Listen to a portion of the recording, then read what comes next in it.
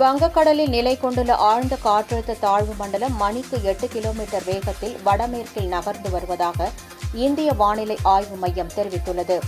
இது தொடர்பாக வானிலை ஆய்வு மையம் வெளியிட்டுள்ள அறிக்கையில், தென்கிழக்கு வங்கக்கடலில் நிலவிய ஆழ்ந்த காற்றழுத்த தாழ்வு பகுதி நேற்று மேற்கு திசையில் நகர்ந்து காற்றழுத்த தாழ்வு மண்டலமாக வலுப்பெற்றது எனவும், தற்போது இந்த குறைந்த காற்றழுத்த தாழ்வு மண்டலம் ஆழ்ந்த காற்றழுத்த தாழ்வு மண்டலமாக வலுப்பெற்றுள்ளதாகவும் கூறப்பட்டுள்ளது.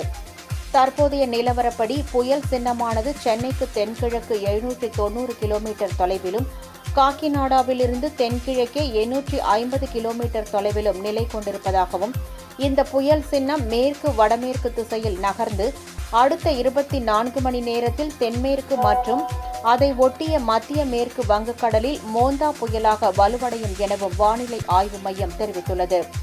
இந்த புயல் வடக்கு வடமேற்கு திசையில் நகர்ந்து வரும் 28ஆம் தேதி தீவிர புயலாக வலுப்பெற்று ஆந்திர கடலோர பகுதிகளில் மசூலிப்பட்டினம், கலிங்கப்பட்டினத்திற்கு இடையே காக்கிநாடா அருகே கரையை கடக்கக்கூடும் எனவும், அப்போது மணிக்கு 110 கிலோமீட்டர் வேகத்தில் தரைக்காற்று வீசக்கூடும் எனவும் அதில் குறிப்பிடப்பட்டுள்ளது.